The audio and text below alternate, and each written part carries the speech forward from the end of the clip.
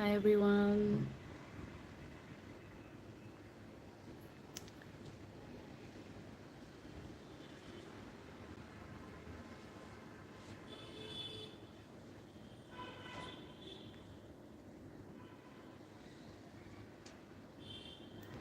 I'm just waiting for some of you to join.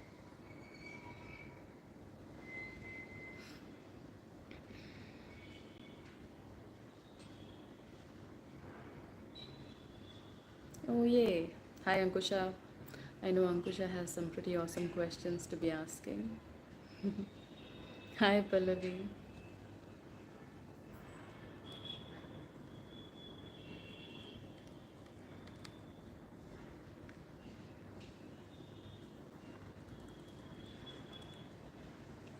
Hi Vineet. Hi Vincent. Okay, there's a hi from IB also.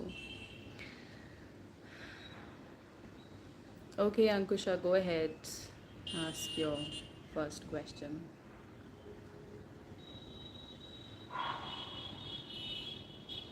Hi.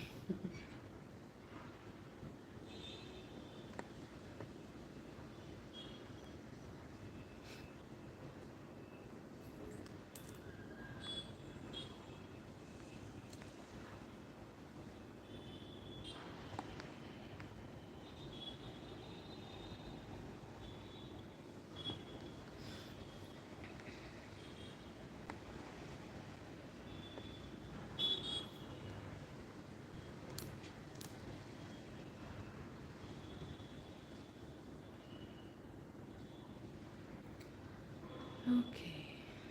So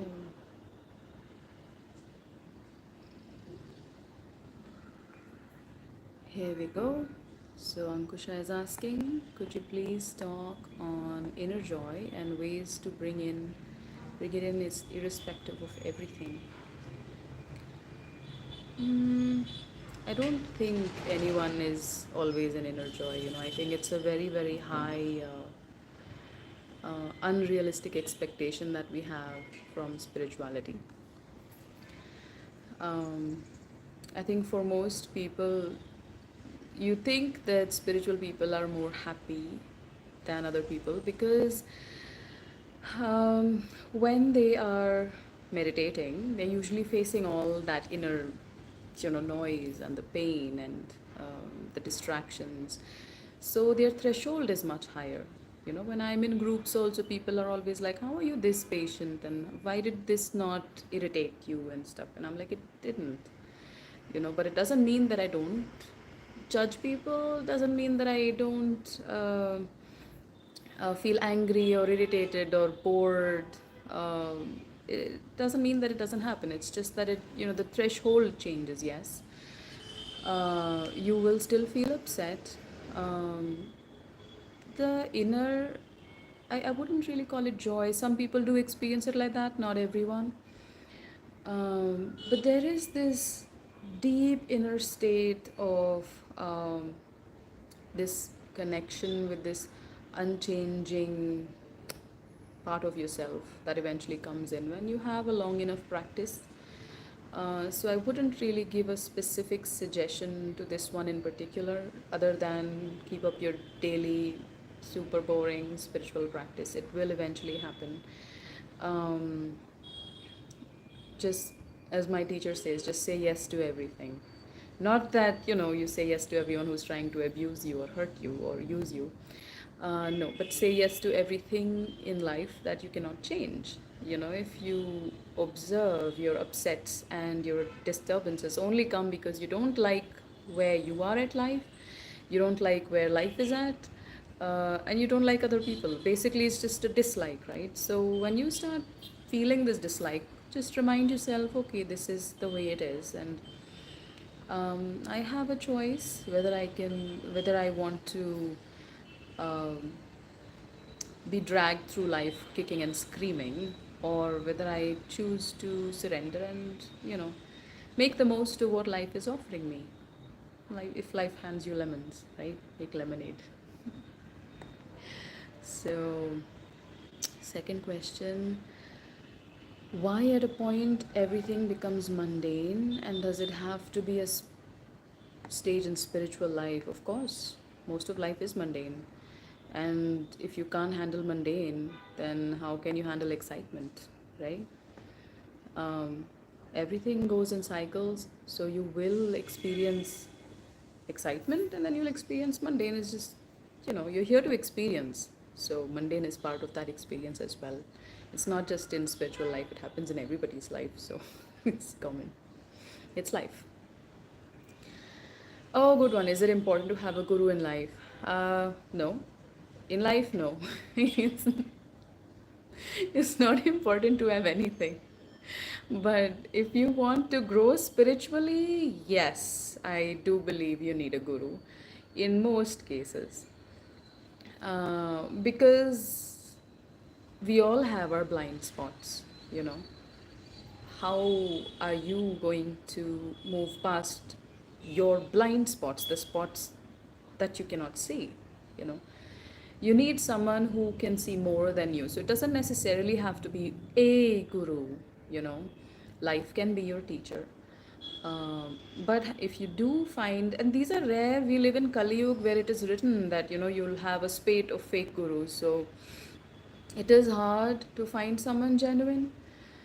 So, we kind of address your second question over here, how to choose a guru. Well, you work on yourself sincerely. If your ultimate dedication is towards the truth, and truth, and you don't lie, and you're as honest as uh, practically possible, uh, then, and if you don't deviate from your own principles, then slowly you will start finding other people who don't lie, who don't deceive, and slowly you will start to gravitate towards people who are genuinely going to guide you in the right direction. I mean, that said, I would say even people who are drawn to maybe fake gurus is a very vague word, but gurus who don't have the right intention for you, who want to use you as a means to an end, for instance, people like that, even for them, it is still part of their spiritual journey. I mean, you can learn the right lessons from the wrong people as well. So it depends on how good of a student you are rather than how good your teacher is.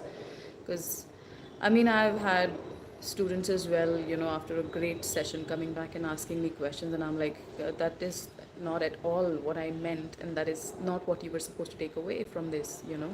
So you could be exposed to the most beautiful, most profound teachings, and you can take home a bag of trash.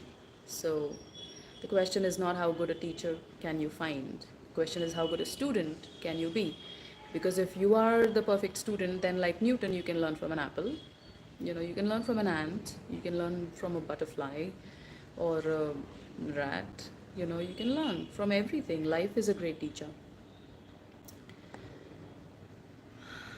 All right. So, is there a bigger purpose or role that we come to Earth for, or is the aim of life to just be? Can we do good to the world just by being who we are and improving our vibrations through spiritual work? Look, ultimately, I don't pretend to be more than a human being, and human beings don't have answers to these questions. We can pretend, right? We are able to see what, I forgot the percentage, like 6% of the universe. That's it. That's it. And that is what we assume, right? Because science is based on assumptions. So we assume that we can see 6% of the universe, and even that is very partial observation. And we want to believe that, we know answers to profound uh, existential questions. No, we don't. So why are we here? I don't think anybody knows. We can speculate, and I can speculate for you. Look at life, right? Look at life. What are you here for? Is there a purpose? Why would there be a purpose? Have you seen your size in the universe? You're minuscule. You're a minuscule dot on a minuscule dot of a planet. So you are insignificant in the larger scheme of things. Just a second, the doorbell just rang.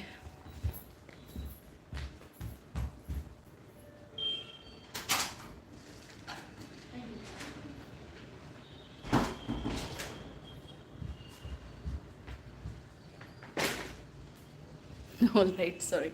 So you are insignificant in the larger scheme of things. Um, but when you study life, what is life presenting to you? How can you find your stillness? It's just by embracing whatever comes, right? That Buddhist proverb sums it up really well. Give me the courage to change the things I can change, the things that you can change, um, the serenity to accept the things that I can't, accept the things that are not in your control. It's as simple as that. And the wisdom, the viveka, to know the difference, because most of us don't know the difference. For that viveka, you should be doing your spiritual practice, because the more you practice Reiki, the more it opens your eyes, and the more you're able to see, the more you can discern. So, all right, let's see. Well, that's a lot of questions. Just a second.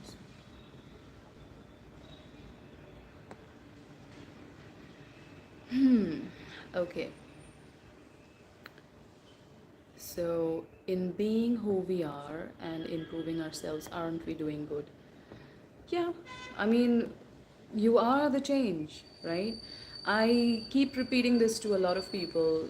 There's this impression that being a healer is like a great role to be playing. You know, it's fun because I think Indians like being looked up to a lot, and Indians can really like put you up on a pedestal and stuff. So it's very nice for the ego, you know.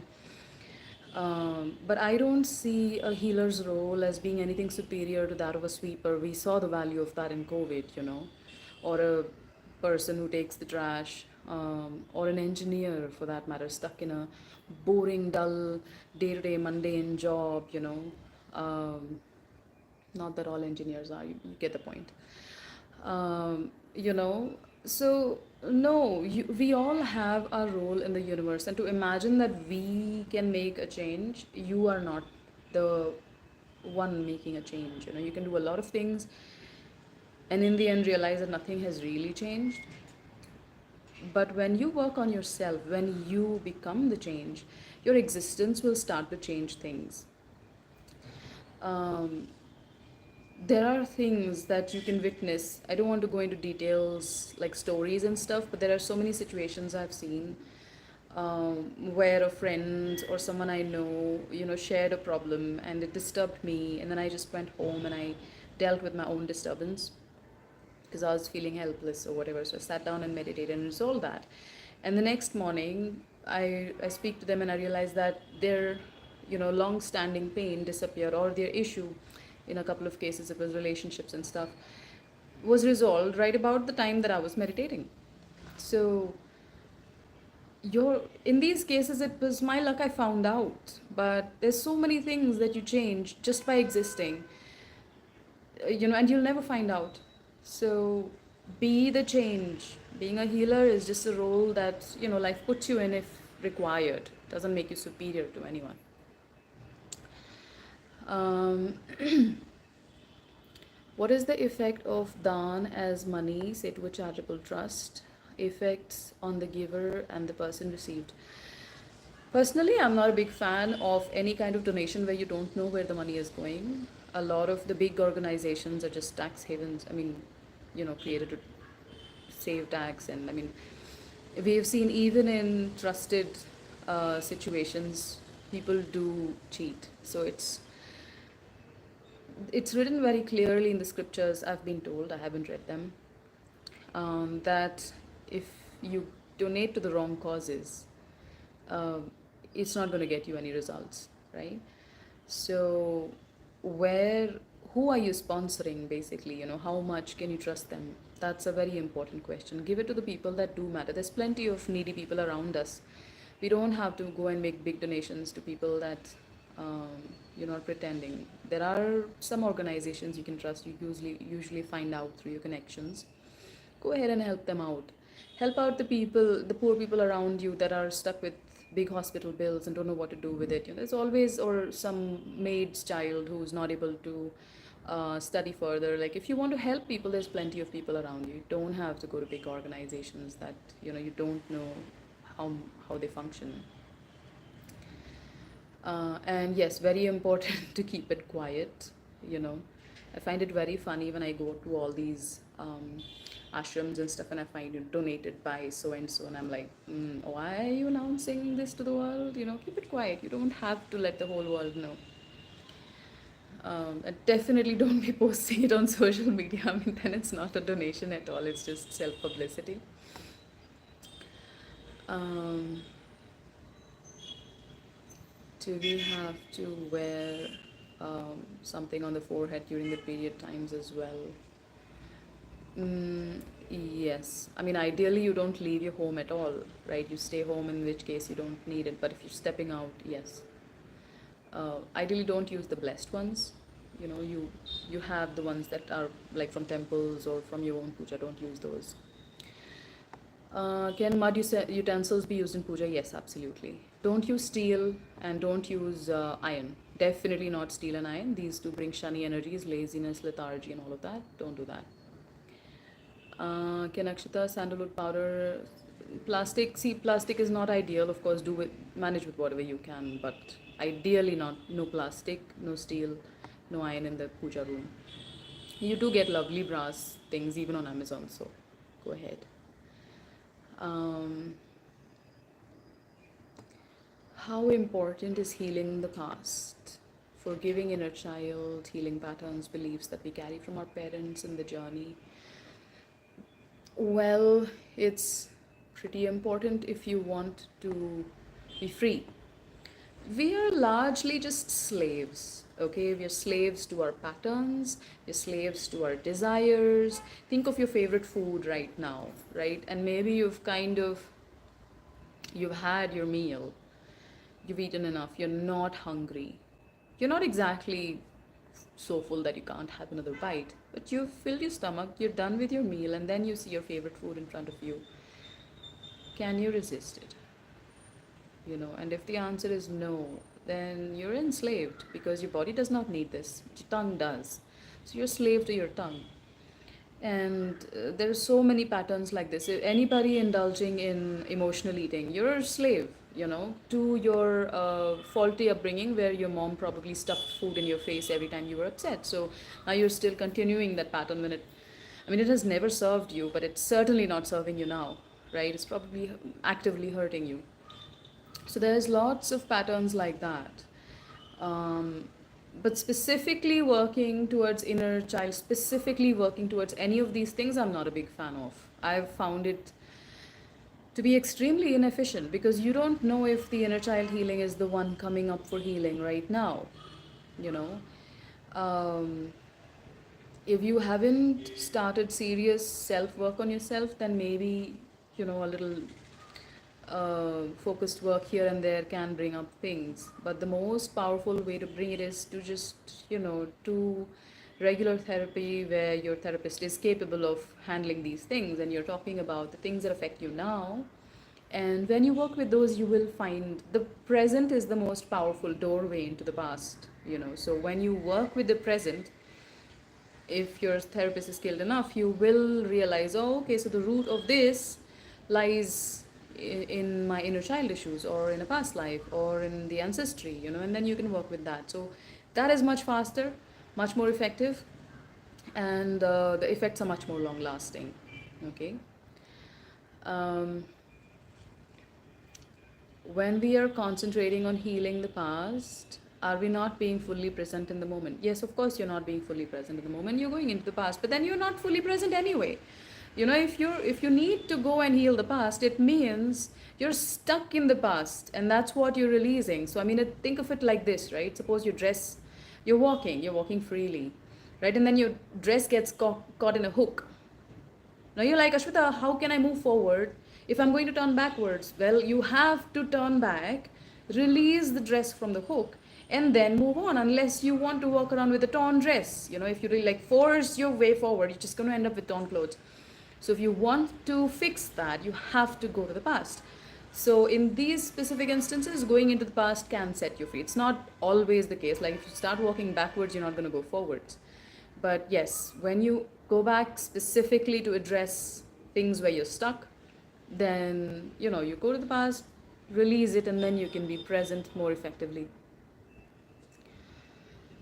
Is there a dip in energy during full moon? How can we minimize? No, there is no dip. It is much higher energy actually. But if you have toxic energy, they will fight back much harder during new moons and full moons because they are higher energy times. So if you are feeling a dip, if you're having mood swings during full moon and new moon, you need to be doing a proper cleansing. Ping me for that on WhatsApp and I'll tell you what to do. Um, if I become aware of my patterns and I keep up with my Reiki practice, would my patterns change eventually? Yes, it's quite remarkable. And of course, if you need help, Reiki will get you that help. You will meet the right people or just feel inspired to do a session with someone. But yes, awareness in a lot of cases starts to change things. There's so many things that I've seen in the past where I was like, oh my God, I'm acting like this and this is, it's not okay. I don't like this. It's not healthy. It's not, I'm not being nice. I need to improve this part of myself, but I don't know how, but the desire was real. And 3 months later, out of the blue, I I realized that I'm not acting like that anymore, and I'm like, wow, when did that happen? I didn't do anything; it just changed. So a lot of things contribute, and it just shifts automatically. If you have a strong spiritual practice, that does happen over time, yes. And especially if you're combining Reiki and EFT, it is extremely potent. A lot of things will start melting. Is lying down and doing Reiki self healing as effective as sitting upright and doing? Yes, it's the same. In fact, my morning Reiki is completely lying down because I start Reiki when I'm in this half asleep state, and then I get up when I'm done. Night I don't really lie down because then you'll fall asleep. So I always sit and do my Reiki at night, but it's lying down in the morning. I have not found straight back as an essential factor in Reiki healing. Somehow it does not seem to make any difference to me. Maybe your personal experience is different. Check it out yourself. Um, how to overcome fear and anxiety? Come for a session. Should be solved in one session. What is the purpose of life? How to identify one? Kumari says plenty of videos I've made. I think there's 2 videos on this that I've made. You don't really have a purpose of life. That's a mental thing. It's a very linear way of thinking. Do check my videos. I've addressed it in more detail. But the idea of a purpose of life is nothing but an egoic thing.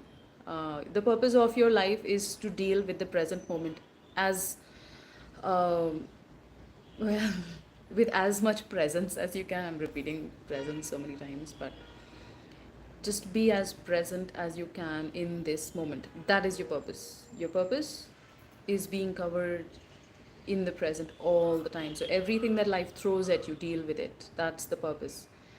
This idea of, oh my God, there's some grand plan that I have to become a big thing and contribute to the world and change the world, and the world does not need changing. It is perfect exactly the way it is. The changes will happen automatically. The evolution is like a given, right? Things will automatically change, if not through you, through somebody else. There's always someone to do that work. So it's not got any, it's not like you're here for a specific purpose, you're the chosen one to do something. It's all ideas that movies give us. You're just here to grow, and that growth will happen when you embrace life for what it is, because every single challenge that life throws at you is here to help. You can either let it break you down, or you can let it break you open and make you more free and expanded and more present. That choice is yours. So if anything, I would say the purpose of your life is to just open up to life and be more accepting of all the crappy things that you don't like about it. Does it change based on past and karma? So I guess the last question is like not so relevant because I just said there's no purpose. But yeah, I mean, in a way, yes, it does change on your past and karma. What is karma? Karma is your attachment. It has nothing to do with the past, in a way. I'll give you an example. Like, I went to Disney World for my 14th birthday. and obviously it was amazing. I remember the first ride on my birthday was this earthquake ride, and I genuinely, I'm not kidding you, I genuinely thought I was going to die because it was so real. Like we had these fire trucks collapsing and sliding down, um, and fire, and the hose pipe burst, and there was like flooding of water and everything. I was genuinely like, oh my god, I think I'm gonna die on my birthday. And then everything stops and the water gets drained out, the fire goes back, the trucks are being rolled back into their position, and I was like, oh my god, this is just incredible, you know. And the next year, or the year after, I think it was the next year, during the summer holidays, we went to SL World, and it was so boring. I was like, yeah, in Disney World it was like this and like that. And what did this amazing experience do to me? It prevented me from enjoying the present, right? So in a way it's the past, but ultimately it's just the attachment. I was so attached to my Disney World experience that SL World seemed like a pale, useless, comparison. But we're not here to compare, right? If it had been the opposite, if I had gone to SL World first and then gone to Disney World, I would have had fun at both experiences. Now, because I had a really good experience, something slightly lower than that was not good enough. And then that's karma for you. You cannot enjoy life because you're attached to the good things. And then definitely something bad, then you're like, I hate this moment because I enjoyed that one so much. So that's all that karma is. You are attached to a certain kind of experience. You are repulsed by a certain kind of experience. And when you have that, it's going to create misery, obviously. Misery and suffering. That's it. Are we done already? 30 minutes and we're done. So looks like you all ran out of questions. You did run out of questions, right? It's not that my screen is stuck or something. Somebody put something in the chat.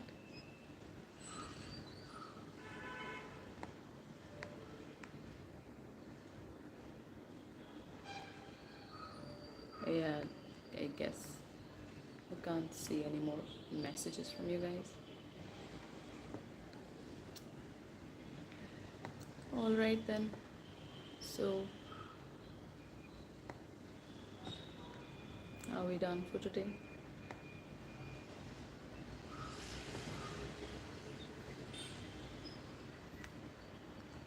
Did I miss any questions? No, looks like I've covered everything. So,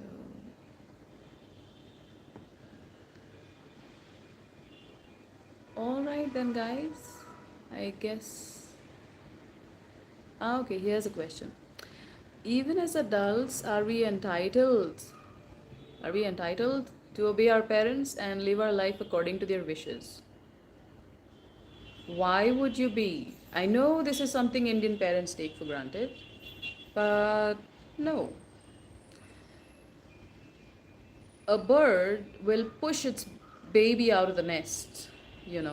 If your parents raised slaves, then, well, you're a slave, not a child.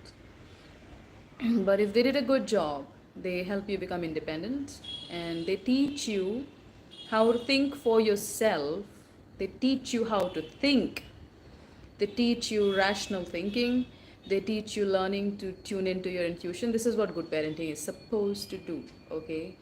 So if your parents raised you to be an adult and then they tell you that you are incapable of thinking properly, then it means, I'm sorry, but they are very bad parents. They did a bad job.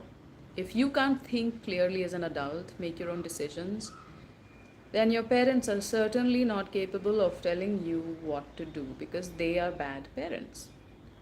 And if your parents did a good job and they raised you to be an independent, clearly thinking person, rationally and intuitively and everything, and,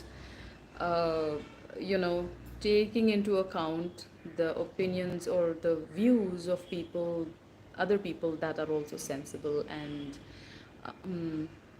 genuinely have your concern at heart. That's how a rational person would think, right? If they taught you to do all that, then they should just trust you that you will make the right decisions. So you see what that does there. If your parents, you have a healthy relationship with your parents, they will tell you what is ideal, but they will not force their opinion on you. They will trust that they did a good job and that you are capable of thinking straight and you know what you're doing, you know. There are times people make mistakes. I've seen some very close loved ones make some very serious mistakes and lose like over a decade of their lives. Over a decade, over not just a decade, but and it's something that they need to grow, you know. So it's part of life, and if your parents are mature people, they will understand that. And they don't understand it, they are not mature, and you need to learn to draw boundaries. That's it. But yeah, don't be selfish and unconcerned about how people feel. But at the same time, if people don't care how you feel, you are not obliged. I think obliged is the word you were looking for, not entitled. Are you obliged to obey your parents? No, you are not obliged to obey anyone as an adult. You are not a child or a slave. Sometimes doing what you want can look selfish or mean to others, but it's always okay to put yourself first, right? Even with family. So, like I said, if people don't care about your feelings, you are not exactly obliged to take their feelings into account. So, if they think you're being selfish or mean, maybe you are being selfish or mean. You need to look into that more carefully. Um, but if they're having double standards, you know, for example, suppose a mother goes off on, say, Tirth Yatras, you know, all by herself with her friends all the time, but every time her son wants to take his wife out for a trip, she's like, "You're gonna leave me alone?" I mean, come on, not practical. So, if people are being irrational and expecting something that is not healthy, then you have the right to draw boundaries and you know, and if they choose to feel hurt because of that, that's their choice. But on the other hand, for example, your child has exams and you want to go on a trip now, your child is your responsibility. That is selfishness, it's mean, you know. Even if you're breaking down, you have, you know, a very difficult time, it's your responsibility. You know, you brought the child into the world, it was a choice, unless it was a, you know, a mistake and you couldn't do anything about it. In most cases it is a choice. You brought the child into the world, so be clear what you're signing up for before you get into these commitments. And then once you're there, then you know, you deliver on your responsibilities. So, and when it's healthy, because I have seen family members go through this phase of, oh my god, you know what, I've been putting everybody else first all my life and I'm sick. Nobody, I mean, I'm not, I've disappeared in this whole journey, and now I'm going to start putting myself first, you know. It didn't hurt for a second when you're doing it in the healthy way. And if you are with you know, if you are in healthy relationships with people around you, it is a celebration when you put yourself first, because when you put yourself first, when you are properly nourished, then you actually give more, you know. I have not felt for a single moment any pinch that, oh my god, you're putting yourself, how could you know, how could you neglect me? Putting yourself first does not mean neglect of other people. But yes, if you have toxic equations with them and they want to use you the way they want, they have been using you for all this time, then yes, such people are going to get very hurt and very upset that you're choosing to take a stand and draw boundaries. That does not go down very well at all. So, how to overcome anxiousness thinking about outcome of any situation? Come for a therapy session. That needs very focus. So you can either use EFT and work on every situation. Every time you start to feel anxious about a situation, do EFT, bring it to zero. And if that's not working, then come for a session. Because that's all it really is. Just take 3 or 4 situations where you feel this, do EFT, and it'll go away if you do EFT properly. Okay. So is it okay to cut off relationship with toxic parents when there is no hope? I mean, it's sad, but yes, sometimes that's the only option. I see all these posts on, social media about, oh my God, do this for your parents and do that for your parents. And I'm like, there are, of course, people who abandon nice parents, um, nice people, I should say. Probably not the nicest parents. They didn't do a great job of raising a good child if the child abandons them. No values there or principles. But in most cases, I've come across so many situations where parents have been absolute brutes, hurting their child in ways that are unimaginable. Like, it makes you want to cry sometimes when you hear some of the stories. So, if your parents are, if they enjoy torturing you and want to control every aspect of your life, yeah, it is the only way to survive is to move away. Um,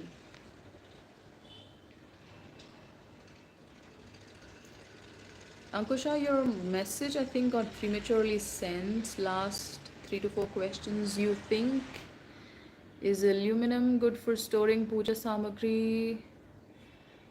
I've never heard anyone mention that, but I don't think so, because aluminum is known to be toxic, right? Like, you don't even cook food in it. You don't use the aluminum wraps as much as you can, so I don't think aluminum is ideal. Like, stick to brass or bronze. So, yeah.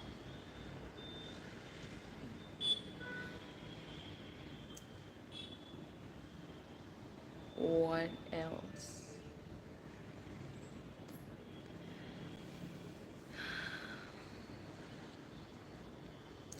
How to control our ego mind or actions out of impulsiveness, even though we are very much aware that this is not how we should act. Um,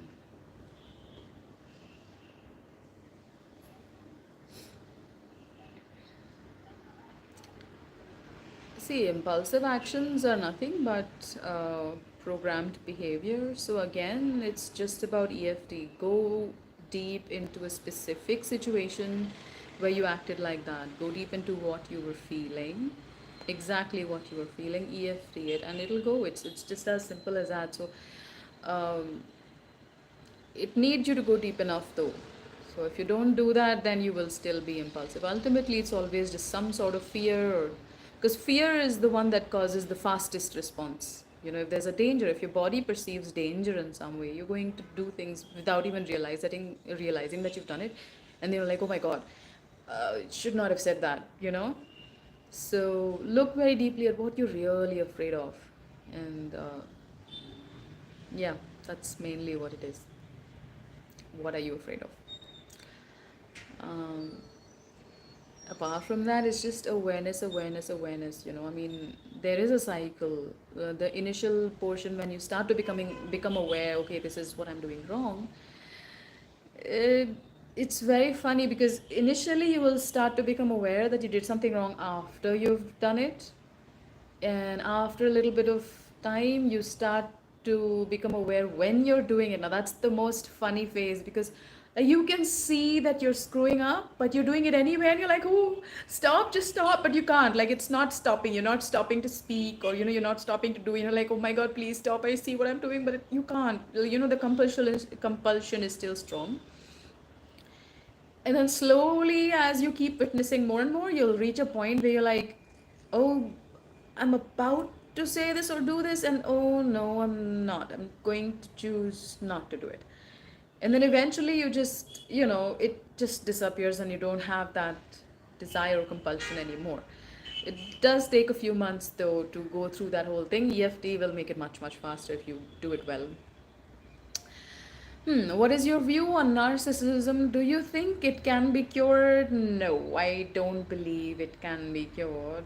Um, I may change my view if I see people changing, but so far, like, I have worked with a couple of narcissists who really thought they were trying to change, but they see, the thing is, a lot of narcissists, they choose the spiritual pathway because it makes them feel very superior, and they'll do a lot of self work seemingly very sincerely, but it's all just to feel, you know.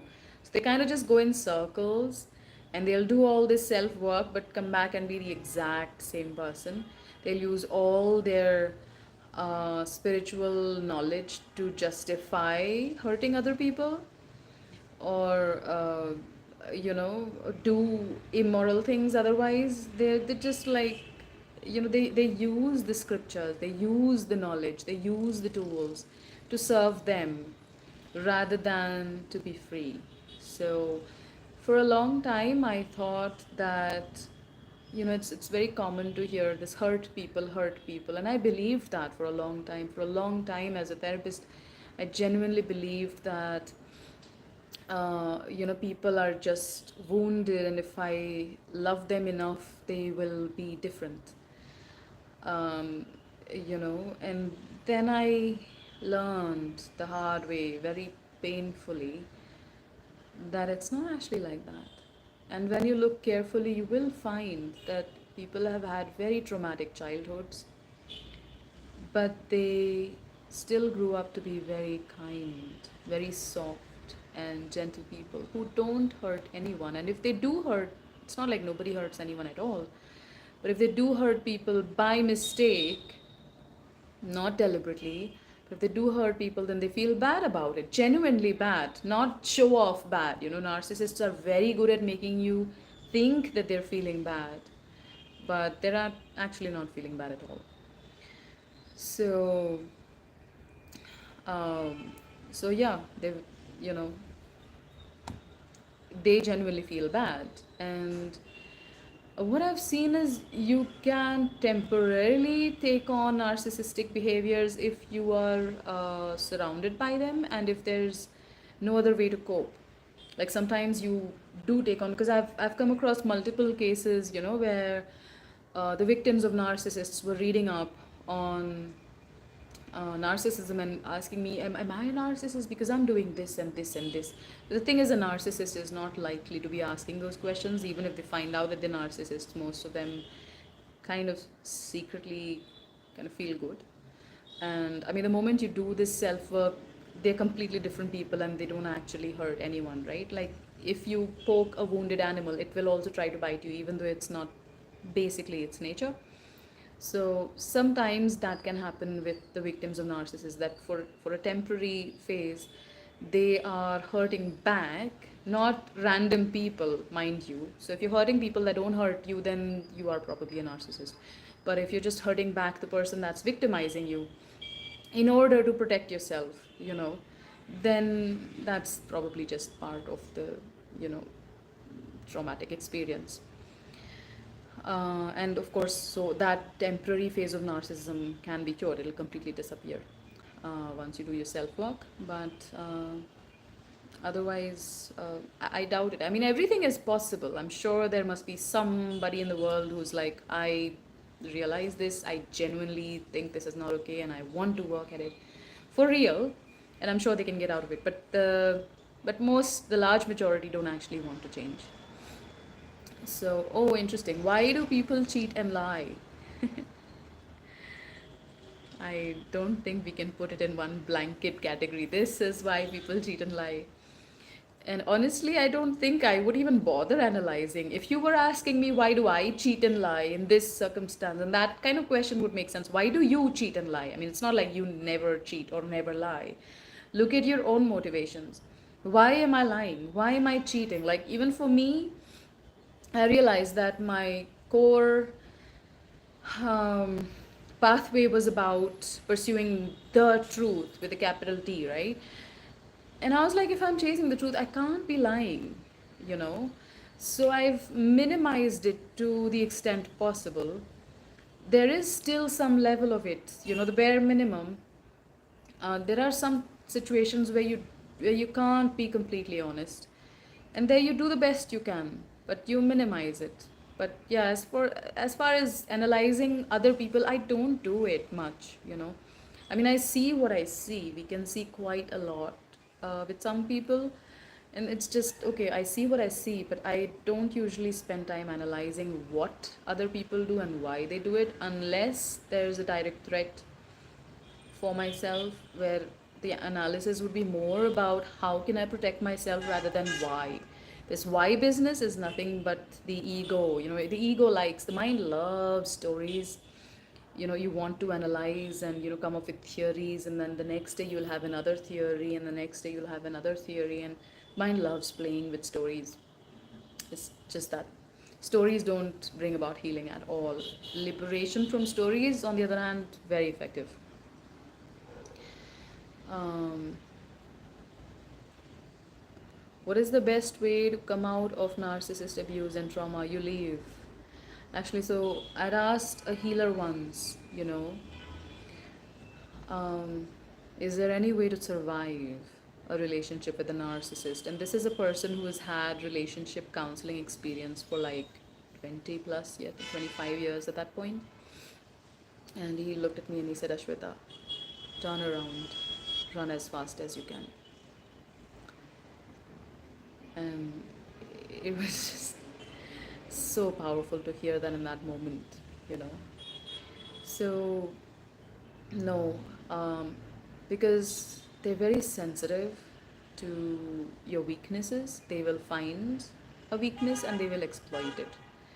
How to come out of narcissistic abuse and trauma? The first thing you do is you stop being honest. The problem with narcissistic victims is they make you feel so comfortable and give this fake trust, so you share everything with them, and you feel that if I tell them, the illusion that you have with narcissists is that they're genuinely trying and they genuinely want you to be happy, but that is not the truth.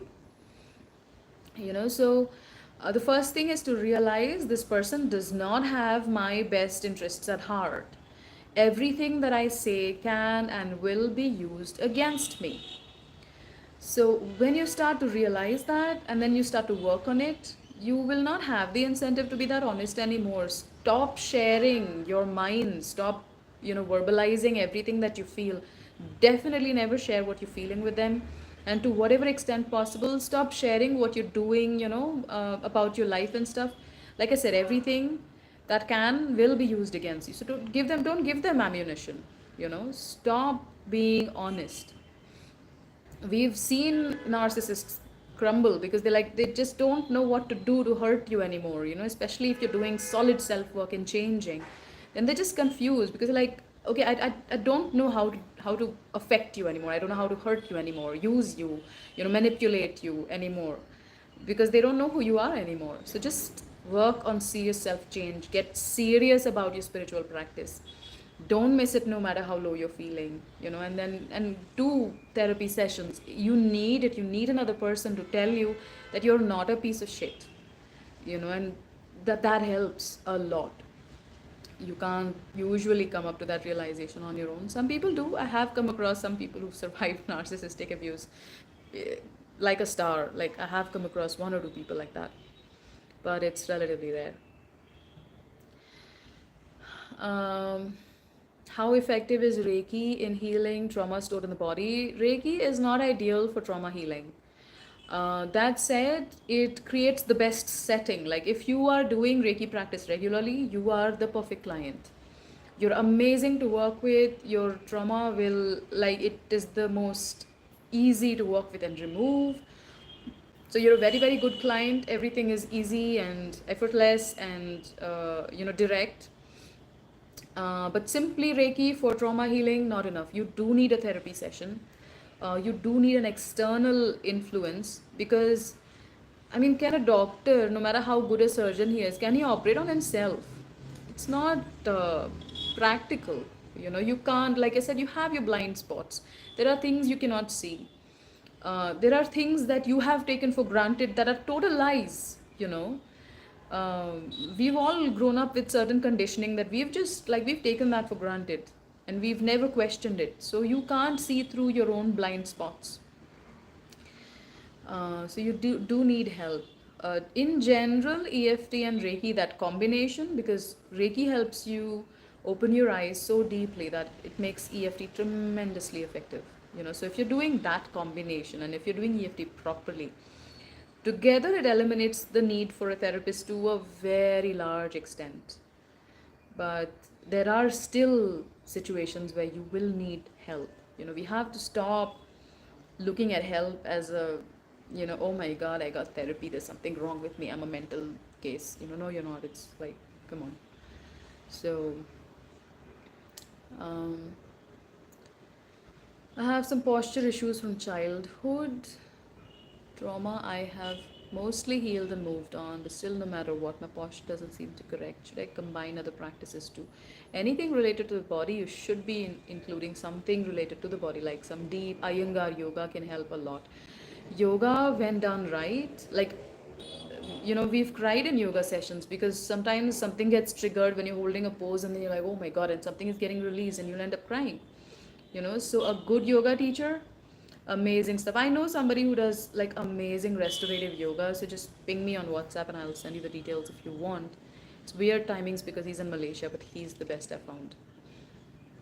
um, so yoga, and if you know anyone who does qigong, that's pretty amazing as well. Good question. How to stop liking stories, dramas, and conclusions and just be? Yeah, it's again awareness. You just start becoming aware. I mean, for me personally, it was when I was very, very stuck in and spinning stories, like, so I've really been through that phase, where, and you guys have seen my mind, right? I can really explain a lot of things, and the same thing can become your enemy when you're in a crisis and people are acting in ways that you cannot understand, like, why is this person hurting me, and it's far worse when you're with narcissists. So I had all these theories, his childhood was like this and that's what happened and blah blah and all this. And so went and stayed with my spiritual teacher for like 12 days. She would see me for 5 minutes once in 2 days and just ask me one question. And I would answer her immediately, and she would say, no, no, don't answer this now, take your time.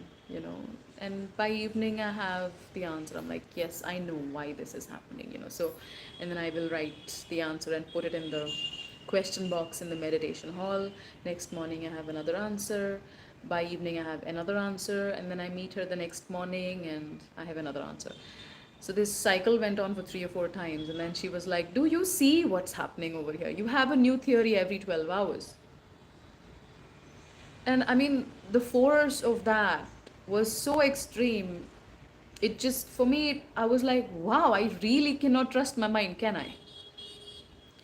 So after that, for a very long time, I just trusted nothing that the mind brought up. For a very, very long time, I refused to. Uh, almost sort of refuse to use the mind. Not entirely, obviously. You need your mind to do a lot of things. Book train tickets, for example, you need your mind for that. To do planning and to speak, you need the mind. But apart from really like basal practical stuff, I was hardly using the mind. And then I think that was almost see, it was, I think, almost from 2012 onwards till 2020. So 7-8 years I was like, I am not touching this dangerous thing. Stay away. So it was after that I started learning astrology, which really needed the mind. Then I got a couple of hypnotherapy sessions to come into a space where I could kind of develop a healthier relationship with the mind and learn more aggressively because astrology needs a lot of learning. So yeah, that's how the relationship with the mind changed. But if you want to stop liking stories, dramas, and conclusions, you just need to bring more awareness and see those stories are so stupid, and you will change. Like I said, you will have a different theory, all the time. So then, which one of these theories is true? Like, when does it end? It doesn't. The mind is a constantly spinning thing. It'll just create new stories after new stories after new stories, and then. So, what is the point? So, when you start becoming aware of that, you're like, whoa, you are so messing with me. I'm not interested anymore. Bye bye. So, do you mean EFT will work after Reiki has set the settings for trauma here? Yeah, yeah, yeah. Uh, See, I mean, the world over they do EFT without Reiki, but like I've seen the level of that work, and personally I feel it makes a gigantic difference if you're doing Reiki practice properly. Then, like I said, the level of seeing changes. You can see so clearly, and you're so much more deeply in touch with your emotions. So you know exactly, bang on, okay, this is what's bothering me right now. Otherwise, people are very foggy and they have no idea what exactly to work with. So they'll get away with the shallow stuff, but going deep is not that easy. And I mean, most normal people I come across, they have absolutely no idea what they're feeling. They can't even differentiate between a thought and an emotion, right? So how are you going to do EFT then? So obesity and thyroid needs what kind of work on the body? See, obesity comes from humiliation, so you want to look very carefully at the humiliating instances of your life, the fear of humiliation. So look, dig till you find reasons for that. And thyroid is suppression of um, communication. Basically it happens largely to women because women's voices are suppressed. So you need to look at communication within your own family.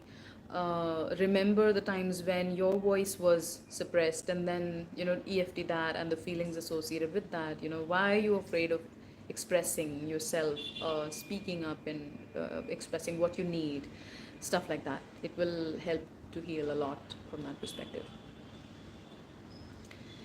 How should one know what therapy is required? Many times people don't know that they need help. Well, if they don't know that they need help, they don't, and there's nothing we can do about that. Sometimes, when you genuinely see, a lot of you have heard about me talking about deep listening. Go to ashwita.com, read up on deep listening. The link is right on the first page. Um, so, if you do practice deep listening, you're very aware and very tuned in to the people that needs you. And in such cases, when you say things like, I have had clients who said, you know, I have no idea why I'm here or what you do, but I was in trouble, and so your student told me that I really should check this out, so I'm here. So there are times people may not know they need help, or they don't know what kind of help they need. But if you can just be that force telling them, look, you need this, not like hounding them with it, right? If they're not interested, leave them alone, but you can always tell them once or twice. Hit when the iron is hot. You know, I really think you should get help, and it will possibly change your life. That's enough. But how should one know what therapy is required? You don't. I mean, I don't even ask my clients to decide what therapy. Normally, it's just intuitive healing where we decide on the spot, moment to moment, what is needed. Like I might be doing Reiki for the first half an hour and then decide, you know what, now I think we need to do something like EFT or hypnotherapy or something like that. So it's like it changes because the mind is a fluid thing. You know, it's constantly changing. As you dig deeper, the work changes also. So I mean, if somebody comes and tells me I just want Reiki healing or I just want hypnotherapy, then I'm just like, I'm sorry that you get only that much because that may not be ideal for you. You know, let's decide moment to moment what is needed. Yeah. So that's it. And that's an hour. So thank you everyone for the amazing continuous stream of fantastic questions. And thank you to Ankusha for asking me to do this and for all the amazing questions you had also. So, big hug to everyone. Bye bye.